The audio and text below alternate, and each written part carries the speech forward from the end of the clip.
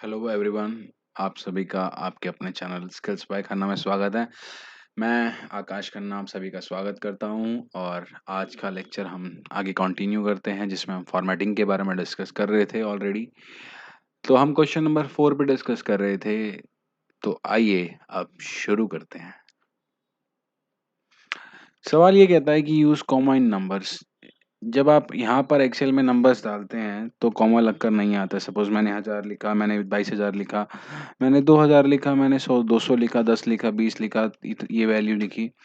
तो अगर आप ध्यान से देखेंगे जब आप वैल्यू डालते हैं तो वैल्यू जो है वो हमेशा जनरल फॉर्मेट में सबसे पहले एंटर होती है। सबसे बेस्ट तरीका ये कहता है कि आप होम टैब में जाएं और नंबर पर देखें कि क्या लिख कर आ रहा है उस पे। ये चूंकि ये वैल्यू जर्नल फॉर्मेट में है, ना ये नंबर है ना ये टेक्स्ट है अभी। तो यहाँ पर अगर हम देखें ये परसेंटेज में है और ये किस में है, ये भी जर्नल में है। तो मैं सबसे पहले इसको नंबर में कन्वर्ट कर लेता हूँ। नंबर में कन्वर्ट करने के लिए मुझे यहाँ पे जाना होगा।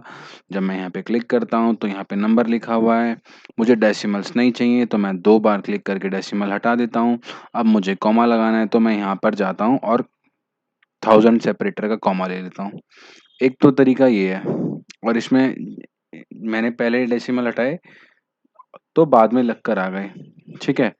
अब मैं दोबारा आपको दिखाता हूँ कि मैं क्या करने वाला हूँ। सबसे बेस्ट तरीका क्या है इसका। एक एक तो ये था, लॉन्ग मेथड था। आप इन सबको सिलेक्ट करें, आप यहाँ पे जाएं, मोर फॉर्मेट्स में जाएं, नंबर में जाएं, यूज डेसिमल कॉमा सेपरेटर, यहीं से कॉमा लगा लीजिए और डेसिमल्स यहीं पे अगर 0 रहेंगे और ओके करेंगे तो डेसिमल नहीं लग कर आएगा। ठीक है, ये बात श्योर है। जब आप यहाँ से कॉमा लगाते हैं तो आपका डेसिमल साथ में आता है और आपको हटाना पड़ता है। तो एक तो ये मेथड है। अब यहाँ पर भी मुझे कॉमा लगाना है तो मैंने इन सबको सिलेक्ट किया, यहाँ पर गया, मुझे यहाँ पर नंबर में जाना था, मुझे 1000 सेपरेटर लगाना है, डेसिमल 0 करना है, मैंने 0 कर दिया। मुझे नेगेटिव रेड से दिखाना है और माइनस का साइन लगाना है, मैंने ये करा। और अगर माइनस का साइन लग के आया होगा तो मैं नेगेटिव लगाता हूँ और एंटर करता हूँ तो बाय डिफ़ॉल्ट वो अब जो है कलर चेंज करके नेगेटिव हो जाएगा। इसमें कोई सवाल तो कमेंट कर सकते हैं आप। और अगर ये बेस्ट तरीका क्या है, करेंसी फॉर्मेट्स, कभी आप किसी को पैसे के बारे में नंबर के फॉर्म में दिखाएँगे तो आपको पता होना चाहिए आप 50 लाख दिखा रहे हैं या 5 लाख दिखा रहे हैं। ठीक है? तो काफ़ी बेस्ट रहता है 1, 10, 100,000, 10,000, लाख, 10 लाख, करोड़, ऐसा करके जब आप काउंट करते हैं इंडियन स्टैंडर्ड में तो आप ये डायरेक्टली देख के बता सकते हैं ये 1 लाख होगा, ये 3,28,000 समथिंग होगा, ये 3,76,000 होगा और ये 2 लाख होगा। क्योंकि आपको पता है कि 3 के बाद फिर 2 के बाद तो ये 2 लाख में 5 ज़ीरो हो गई देखो। तो ये आप देखकर अब बता सकते हैं। जब वो स्टैंडर्ड फॉर्म में था जो कि जर्नल फॉर्म थी, अब यहाँ पे आपको काउंट करना पड़ता। ठीक है? मैं यहाँ पे गया मोर फॉर्मेट्स में, मुझे नंबर में जाना था, मैंने 1000 डेसिमल्स के हटाए, मुझे नेगेटिव साइन चाहिए था, 1000 सेपरेटर मैंने लगाया और मैंने ओके किया।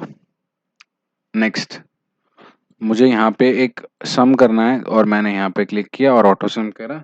जैसे ही मैंने ऑटो सम का बटन कहाँ दिखता है, होम स्क्रीन पे ही यहाँ पे ऑप्शन ऊपर में होता है ऑटो सम। जैसे ही मैं ये सिलेक्ट करूँगा और एंटर दबाऊंगा तो ये सम हो जाएगा। अब सम हो जाएगा तो ये वैल्यू अगेन मैंने आपको बताया, या तो आप वैल्यूज को इस तरह से डिफाइन करें कि कोई भी पढ़े तो समझ में आ जाए। आपको एक्चुअल में तो यही करना है एक्सेल में कि आपको इस तरह से लिखना है या इफेक्ट्स डालने हैं, ये अपने काम को करना है एक्सेल पे कि कोई और पढ़े तो उसको पता चल जाए एटलीस्ट ये क्या है।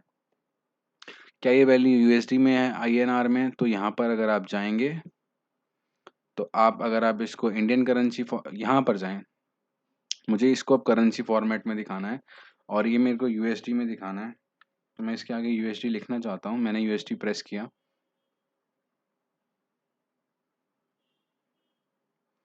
मैंने यूएसडी सिलेक्ट किया और मैं चाहता हूँ कि अब इसको ओके कर दूँ। तो यहाँ पे देखें यूएसडी लिखा हुआ आ गया। तो अब ये कोई पर्सन पढ़ेगा तो ये समझ जाएगा जब इसको जोड़ा गया होगा, जो वैल्यू आई गई होगी वो टोटल यूएसडी वैल्यू होगी, यानी कि डॉलर होगा। ठीक है, एक तरीका ये भी था।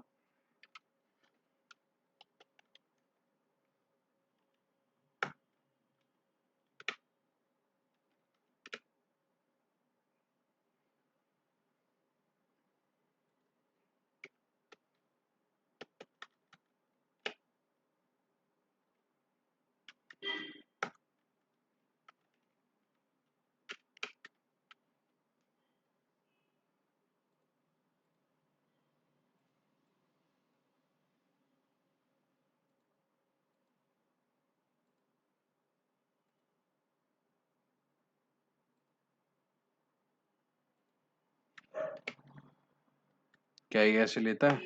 नहीं लेता। ठीक है? तो जो हमारा इंडियन स्टैंडर्ड फॉर्मेट में है इसलिए वो डॉलर नहीं ले रहा है।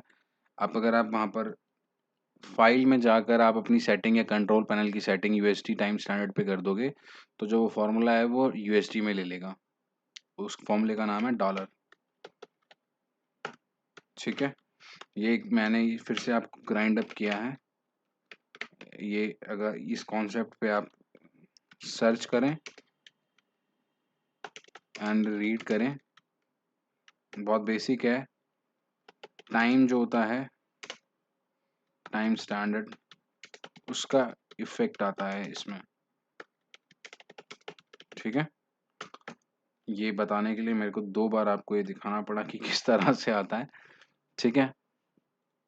अच्छा, जब इस तरह से यूएसडी लिखा होता है तो आप इसको सम कर सकते हैं, और अगर आप खुद से यूएसडी लिखेंगे तो इस तरह से आ जाता है। सपोज़ मैंने यहाँ से इसे कॉपी किया, यहाँ से कंट्रोल वी किया, और जब मैं इसे एंटर दूँगा, ठीक है? और मैं इसको यूएसडी लिख दूँगा यहाँ पे और एंटर दूँगा, तो देखें अब ये टेक्स्ट में बदल गया है। एक्सेल कहता है कि जो नंबर्स होंगे वो राइट में होंगे हमेशा, ताकि हमें पहचान सकें, और जो टेक्स्ट होगा वो लेफ्ट में होगा। ये नंबर फॉर्म में था इसलिए राइट में है, ये टेक्स्ट फॉर्म में बदल गया इसलिए लेफ्ट में है। ऐसे वैल्यू जो कि टेक्स्ट फॉर्म में होंगी, उस पे आप कैलकुलेशन परफॉर्म नहीं कर पाएंगे। ये बात को आपने यहाँ पे बांध लेना है। आपने 2 नंबर एक जैसे जोड़े, पर जुड़ के क्या निकला? सिर्फ एक ही नंबर आया, जो वही वैल्यू है। तो यानी कि ये गलत है। आप इस पे गए दोबारा, अब आपको यहाँ पे 2 तरीके हैं, कंट्रोल एफ करें, यूएसडी को आप यहाँ से हटा लें, इस सेल से रिप्लेस पे जाएं और रिप्लेस ऑल कर दें।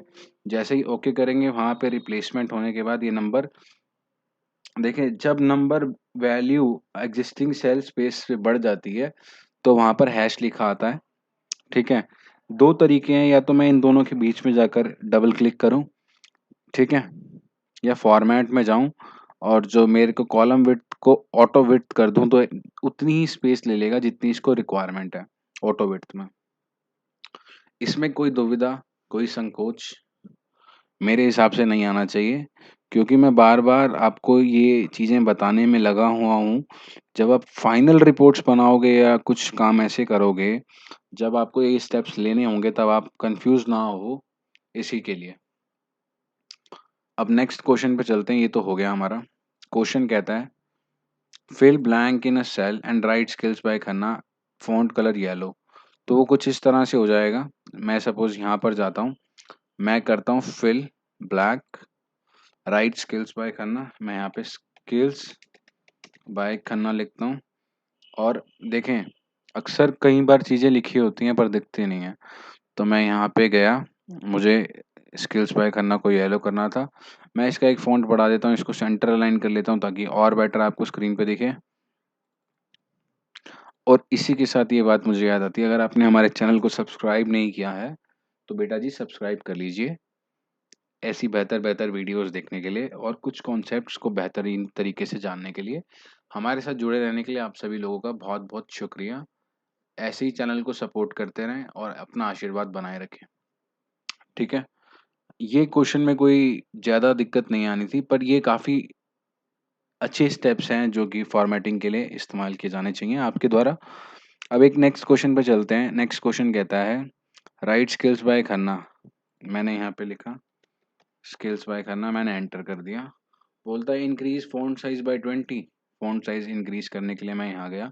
सबसे बेस्ट वे मैंने 20 लिखा और एंटर कर दिया। बोलता है नाउ टाइम्स न्यू रोमन में जाना है। मैंने टाइम्स न्यू रोमन लिखा और एंटर कर दिया। बोलता है अब कंट्रोल भी करोगे तो बोल्ड हो जाएगा। फिर मुझे इटैलिक भी करना है और मुझे अंडरलाइन भी करना है। देखो जो मैंने स्टेप्स फ़ॉलो करे ऊपर-नीचे वाला दोनों सेम हो गया। ठीक है? क्या ये सेम है? ये देखो ये दोनों सेम है। मैंने एक फ़ॉर्मूला लगाया, फ़ॉर्मूले को मैंने चेक किया कि हाँ, ये दोनों सेम हैं। ठीक है? अगर मैं ये करूँ,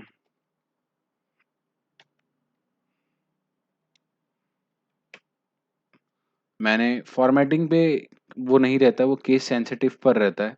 मैंने जैसे ही खन्ना के पीछे 1 लिखा, वो फॉल्स हो गया, यानी कि नहीं। मैं दोबारा जाता हूँ, F2 प्रेस करता हूँ, उसको काटता हूँ और एंटर करता हूँ तो वो ट्रू दिखाता है। तो ये बात तो श्योर है कि भाई इस तरह से हम चेक भी कर सकते हैं कि 2 टेक्स्ट आपस में सेम है या नहीं। इसमें कोई संकोच ये मैंने कैसे किया, मैंने एग्ज़ैक्ट लगाया है इसमें, अगर आप देखना चाहते हैं। इंटरमीडिएट सीरीज़ में ये सब चीज़ें डिस्कस करेंगे हम, कैसे इस पे इनको कैसे अप्लाई किया जाता है। उम्मीद करता हूँ आप सभी लोगों को ये चीज़ समझ में आई होगी। इसी के साथ अब हम अगले क्वेश्चन पे बढ़ते हैं। क्वेश्चन नंबर 7, मर्ज 2 सेल्स, ये और ये मैंने मर्ज कर लिए, कलर कर दिया ब्लू, राइट सब्सक्राइब, सब्सक्राइब मैंने इसमें लिख दिया, मैं एंटर करूँगा।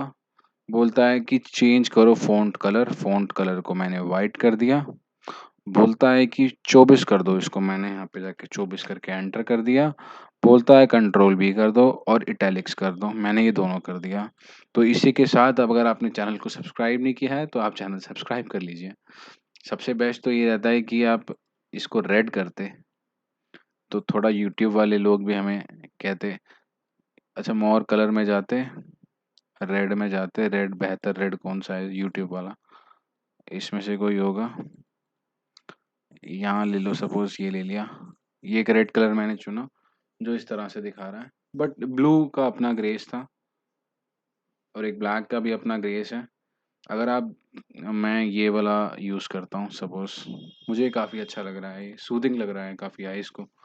तो कलर्स का ऐसा इस्तेमाल करें कि भड़कीले ना हो, काफ़ी सूदिंग हो और देखने में काफ़ी बेटर फ़ील हो और प्रिंट होके आए तो वाह, वाह, वाह, वाह!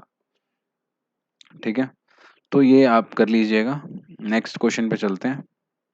रोटेट द डायरेक्शन का क्वेश्चन है ये। स्किल्स बाय खन्ना को रोटेट करना है। मैंने फिर से लिखा, मैं यहाँ लिखता हूँ। मैं ये आपको फर्स्ट 2 लेक्चर्स में बता चुका हूँ, जस्ट एक रिवाइज़ करा रहा हूँ। स्किल्स बाय खन्ना लिखा, एंटर किया और मुझे जो है इसे रोटेट करना है एंगल क्लॉकवाइज़। मुझे इसको एंगल क्लॉकवाइज़ रोटेट करना था, मैंने यहाँ से जाके कर दिया। इसमें कोई दुविधा, कोई संकोच, कोई दुविधा नहीं आनी चाहिए। यूज़ होगा आपका आगे। इसी तरह से एक क्वेश्चन ये है, अच्छा यहाँ पर देखोगे अलाइनमेंट के अंदर जाने के बाद कि ये रोटेट करने का ऑप्शन है, angle counter clockwise, angle clockwise, vertical text, rotate text up, rotate text down. तो मैंने यहाँ पर देखा क्वेश्चन नंबर 9 पे, कंट्रोल B किया, क्वेश्चन नंबर 8 तक मैं कर चुका हूँ। रोटेट इन ऑल पोजीशन, मैंने एक्सेल लिखा, एक्सेल यहाँ पे रोटेट किया। मैं दिखा देता हूँ ये किस तरह से हो रहा है। देखिए एक्सेल फॉर्मूला बार में तो एक्सेल ही लिखा हुआ है, लेकिन एंगल काउंटर क्लॉकवाइज में एक्सेल देखें किस तरह से शेप लेगा। मैं यहाँ गया, मैंने एक्सेल लिखा, एंटर किया, मुझे काफ़ी जगह चाहिए तो मैंने यहाँ पर भी कर लिया, यहाँ पर भी कर लिया कॉपी, यहाँ पर भी और यहाँ पर भी। अब मुझे यहाँ पे क्या चाहिए, मैं यहाँ गया, मुझे एंगल काउंटर क्लॉकवाइज चाहिए। देखो क्लॉकवाइज हो गया ये और ये सेम हो गया। मुझे अब क्लॉकवाइज काउंट में चाहिए तो मैंने क्लॉकवाइज करा। अब मुझे वर्टिकल टेक्स्ट स्टेप में चाहिए तो ऊपर से नीचे आएगा। मुझे वर्टिकल टेक्स्ट अप पे चाहिए तो नीचे से ऊपर की तरफ से आएगा। देखें यहाँ पे ए बी भी इस तरह से ही बने हुए हैं। ठीक है, ध्यान से अगर आप देखेंगे जूम करके,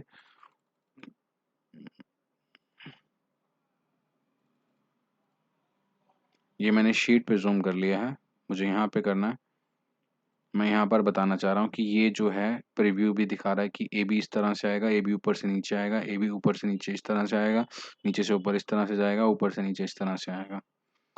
तो वर्टिकल टेक्स्ट डाउन करके देखते हैं। वर्टिकल टेक्स्ट डाउन, ये लो कर दिया मैंने।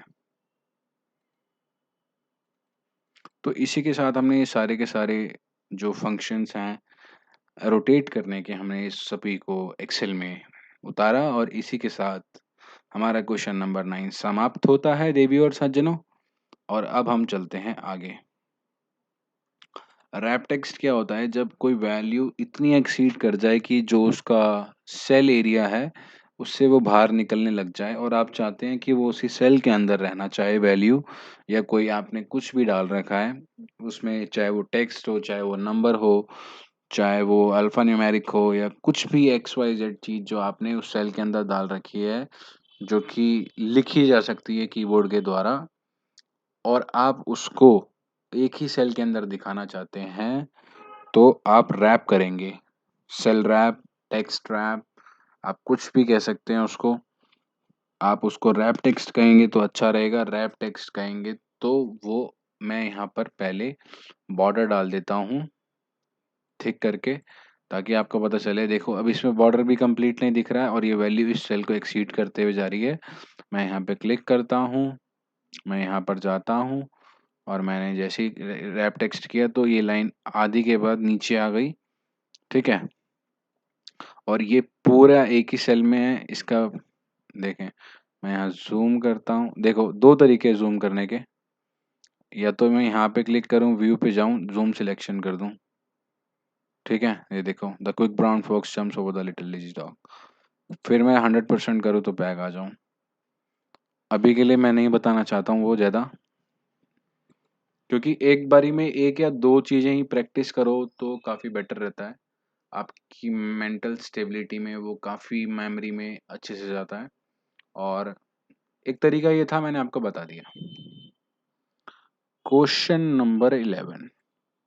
क्वेश्चन नंबर 11 कहता है भाई, चेंज टू नंबर। मैं यहाँ गया, मैंने चेंज टू नंबर कर दिया। चेंज टू करेंसी डॉलर, मैं यहाँ गया, मैंने करेंसी डॉलर कर दिया। चेंज टू अकाउंटिंग, मैं यहाँ गया, अकाउंटिंग पे क्लिक किया, मैंने ये कर दिया। शॉर्ट डेट, मैं यहाँ पे गया, मैंने शॉर्ट डेट अपनाया तो 2023 की तारीख दिखा दी, 10 तारीख मार्च की, तीसरे महीने की, मार्च की। लॉन्ग डेट करनी थी तो दिन भी दिखा देगा। इसने लॉन्ग डेट में दिन ना दिखाकर क्या दिखाया, मार्च दिखाया। टाइम में बदलना था तो मैंने इसको टाइम में बदल दिया।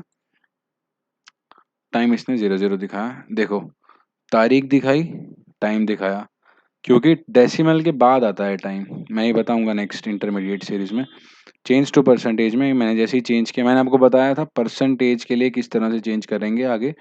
और अगर ये नहीं समझ में आता है अभी के लिए, तो सबसे बेस्ट यही है, आप उस वैल्यू को डिलीट करें, अभी के लिए परसेंटेज डालें और उसमें 10 लिख दें। ये मैं आपको इंटरमीडिएट या एडवांस सीरीज में ज़रूर बताऊंगा ये ऐसा क्यों होता है और हम इसे कैसे सॉल्व कर सकते हैं। चेंज टू फ्रैक्शन, अगर देखें ये क्या है, 1/4 लिखा हुआ है एक्चुअली में, 1/4। तो मैंने चेंज किया और ये फ्रैक्शन में बदल गया। तो आप 1/1 इन ऑप्शंस का इस्तेमाल करें। जर्नल है, इसमें कोई फॉर्मेट नहीं होता है, नंबर है, इसमें मैथमेटिक्स का नंबर बनता है, करेंसी के आगे साइन लग के आता है। करेंसी आप कस्टमाइज कर सकते हैं based on your requirement. Accounting में क्या होता है, ज़ीरो और हाइफन। देखो अकाउंटिंग में ज़ीरो नहीं दिखाते हैं, हाइफन दिखाते हैं बस। ये मैंने लेक्चर 1 या 2 में बता दिया है ऑलरेडी। अगर आपने लेक्चर्स नहीं देखे तो आप गो थ्रू करके आइए फर्स्ट लेक्चर से, और सारे लेक्चर्स देखिए 1 या 2 बार कम से कम, ताकि आपको बेटर अंडरस्टैंडिंग क्रिएट हो माइंड में कि एक्चुअली में क्या होता है, ठीक है। इसमें कोई दिक्कत नहीं है। और अगर आप देखेंगे जिस सेल पे हम होते हैं, और अगर हम उसको कुछ फॉर्मेट देना चाहते हैं तो ऑलरेडी ये प्रीव्यू करता है। जैसे कि 0.25 कर रहा है, 0.25 रहा कर रहा है, ये डेट में बता रहा है, ठीक है, ये टाइम में बता रहा है। 6 बजा दिए इसने, 1/4, क्योंकि 24/4 किया गया होगा तो 6 आवर्स आया होगा। और 25% हुआ, 1/4 फ्रैक्शन में गया, साइंटिफिक में इस तरह से, टेक्स्ट में इसी तरह से। तो अभी के लिए मैं आपसे यही कहना चाह रहा था कि आप जो इतना बता दिया गया है, इतना आप इसको करके कोशिश करें कि आप इसको एब्ज़ॉर्ब कर पाएँ, और ऐसे ही करते रहें, धीरे-धीरे आप सीख जाएँगे एक्सेल। और मेरी कोशिश यही है आपको चैंपियन बनाने की, बट एवरी चैंपियन जब उसको बनाने की प्रक्रिया है वो यही कहती है कि हर छोटी-छोटी चीज़ उसको आएगी, तो वो सब कुछ मिक्स कर पाएगा जब उसको फाइनली कुछ करना होगा। इसी के साथ दोस्तों मैं आप सभी लोगों से अलविदा लूँगा, और यही कहना चाहूँगा, अगर आपने चैनल सब्सक्राइब नहीं किया है तो आप चैनल सब्सक्राइब कर लीजिए। इसके कोई हम आपसे पैसे नहीं लेते, ठीक है? Thank you everyone. Good luck. अलविदा दोस्तों, अलविदा।